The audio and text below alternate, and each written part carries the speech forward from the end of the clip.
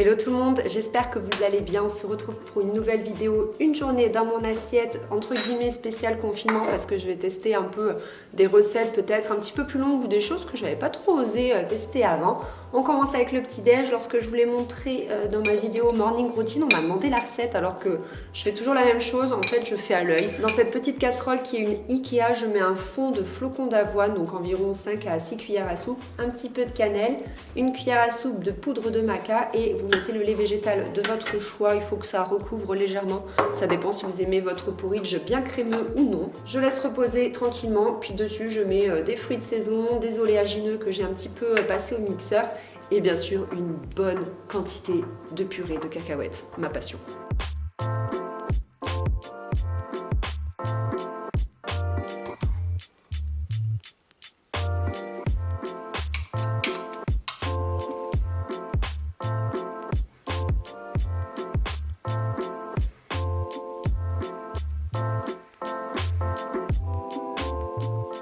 Alors là, vous allez rire, je sais pas si je suis la seule à faire ça, mais moi, quand je bois du jus de fruits, je mets toujours moitié eau, moitié jus de fruits.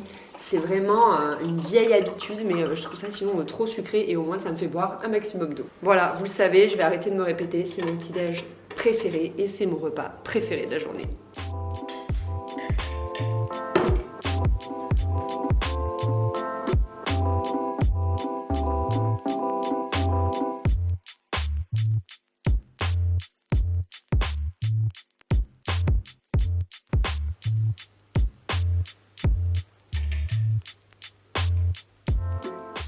Alors, pour midi, j'avais envie de faire un truc que j'ai jamais fait. Je sais pas, j'ai eu l'idée dans ma tête. En fait, j'ai des feuilles de briques dans mon frigo depuis un petit moment.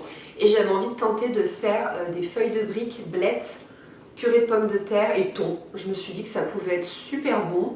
Voilà, j'ai ces ingrédients-là. Dans ma tête, je me suis dit ça va bien s'assembler, donc j'avais envie de tenter. Première étape, je vais faire cuire les blettes dans une poêle. Comme mes blettes sont déjà propres et tout, eh bien, je vais les faire cuire avec un fond d'eau dans une poêle, tout simplement. Hop. Voilà, c'est l'avantage de préparer en grande quantité, c'est qu'après quand on a besoin, bah, c'est tout prêt. Ensuite, je vais m'occuper de mes pommes de terre. Donc ça, elles viennent, je vous en ai parlé sur Instagram, ça faisait un moment que je souhaitais me faire livrer des paniers de fruits et légumes locaux, voilà, par des producteurs locaux. Et je m'étais dit, bah, quand je déménagerai, je prendrai de nouvelles habitudes et je regarderai s'il y en a par chez moi. J'attendais de déménager et puis bon, bah, de choses et d'autres, clairement, je ne me suis pas renseignée. Et c'est vrai que là, avec le confinement, eh bien, je l'ai fait. Et en fait, la région Occitanie a sorti un site où tu te géolocalises. Et comme ça, tu peux voir les producteurs pas loin de chez toi. Donc, c'est ce que j'ai fait. Et j'ai reçu mon premier, enfin, je suis allée chercher, à vrai dire, là. Soit vous faites livrer, soit vous allez chercher. Donc là, moi, je suis allée chercher mon premier panier, donc voilà, j'ai eu des pommes de terre notamment dedans et j'étais ravie. Donc si ça vous intéresse, je vous mets ce lien en barre d'infos. C'est que pour la région Occitanie, mais j'imagine que ça existe un peu partout. Quand j'en ai parlé sur Instagram, il y en a qui m'ont parlé des AMAP, etc., de plein d'autres choses que je connais, hein, mais voilà, moi du coup je suis contente d'avoir enfin franchi le pas. Une fois que les pommes de terre sont épluchées, je vais les rincer pour que ça cuise plus vite parce que là je suis un peu en retard. Je vais les couper. Voilà, en plein de petits morceaux et ensuite je vais les faire cuire à la cocotte minute, à la vapeur et bah, vous verrez que je fais un peu tout au pif, hein. Moi je fais un peu à l'œil.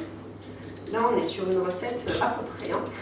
Une fois que tout le monde est cuit, je vais pouvoir assembler. Donc je commence par ouvrir ma boîte de thon. Je l'avais égouttée mais je crois que je ne l'ai pas suffisamment égouttée. On verra, écoutez, ça fera peut-être quelque chose de moins sec. Donc je vais bien émietter mon thon. Patates. Alors elles sont parfaites.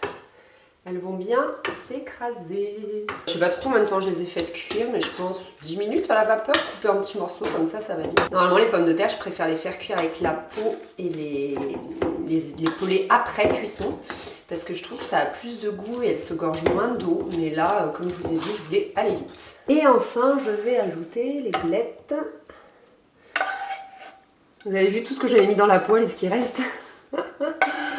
Ça réduit tellement. On n'oublie pas d'assaisonner un peu, donc on va mettre sel, poivre et puis je sais pas, tout ce que vous aimez. Moi je vais mettre juste ça.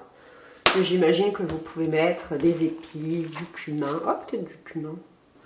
Donc ça, c'est les feuilles de briques que j'avais également achetées pour le jour de l'an. On avait fait des espèces papillote comme ça. Donc oui, il me reste beaucoup de choses du jour de l'an. Mais comme on l'a fait à la maison, c'est vrai qu'il reste des trucs après. Et ce que vous ne savez peut-être pas, c'est que je suis nulle en pliage de feuilles de briques. Donc je vais essayer, sous vos yeux ébahis, de ne pas faire une catastrophe. Alors, en coupant de la feuille de brique...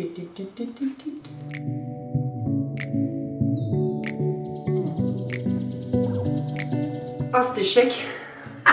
Je réessaye.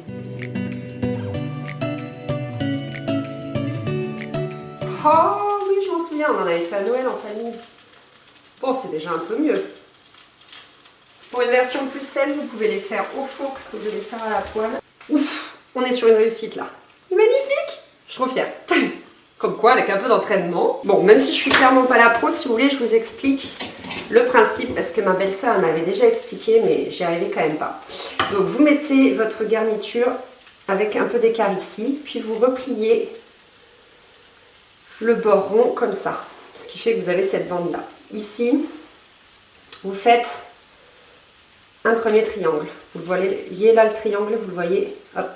Ensuite, je replie sur cette ligne et cette ligne doit venir ici. Hop.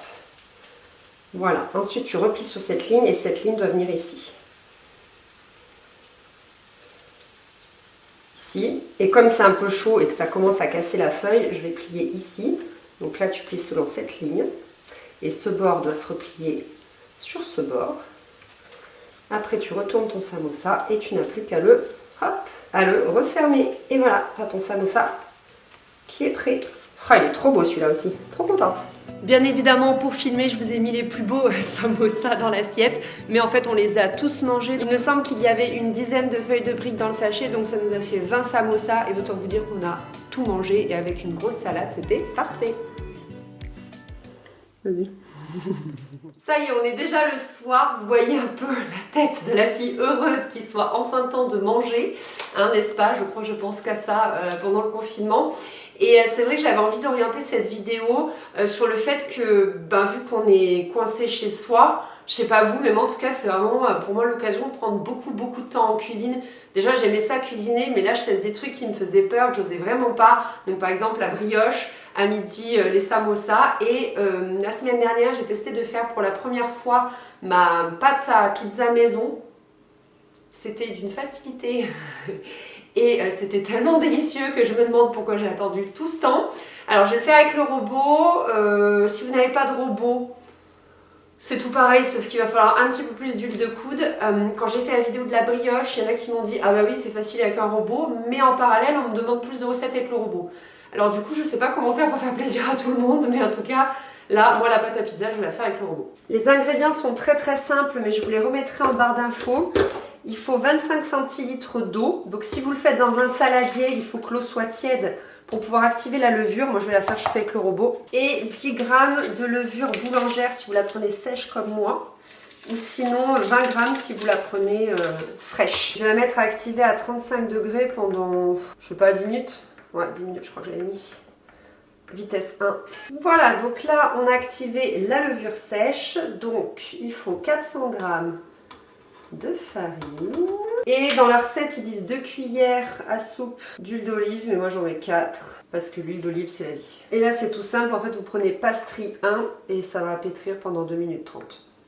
Pendant ce temps, on va venir chemiser notre moule. Alors, le mien, il a vécu, les gars. Il est vieux, je l'ai depuis 10 ans. Voilà ce que donne la pâte. Donc avec ça, soit vous pouvez en faire une pizza si vous aimez les pâtes épaisses, soit vous en faites 2 si vous aimez les pâtes fines. La première fois, j'ai fait en mode pâte épaisse et là, je vais faire en mode pâte fine.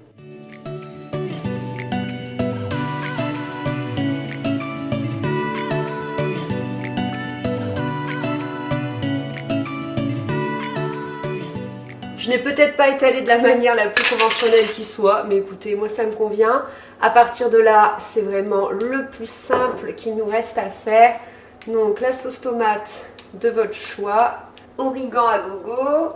Et là, vous mettez vraiment les ingrédients qui vous font plaisir. Donc moi j'aime bien mettre des petits champignons parce que je trouve ça vraiment très bon. Quelques olives Moi j'aime pas trop ça, les olives sur une pizza, mais je trouve que néanmoins...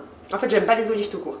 Mais je trouve que néanmoins ça donne du goût. Donc je les mange pas en elles-mêmes, je les enlève, mais je trouve que ça donne du goût dans un plat ou des choses comme ça. La dernière fois j'avais mis de la mozzarella et c'était vraiment trop bon.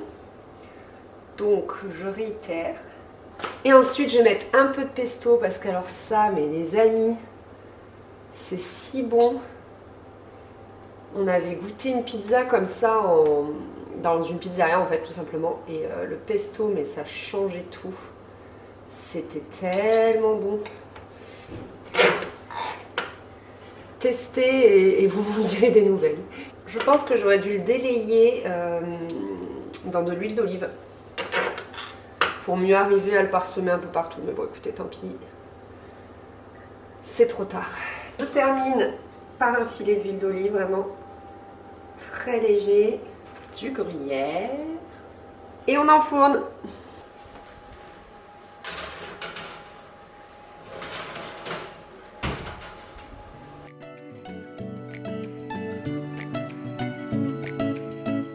Cette pizza était incroyable, on s'est absolument régalé et à vrai dire on n'a pas mangé de dessert parce que comme on a mangé toute la pizza à nous deux, ça nous suffisait. Chris s'est juste fait deux bonnes grosses tartines de fromage et puis c'était tout. Et bien voilà, cette vidéo est terminée, j'espère qu'elle vous a plu, merci beaucoup de l'avoir regardée.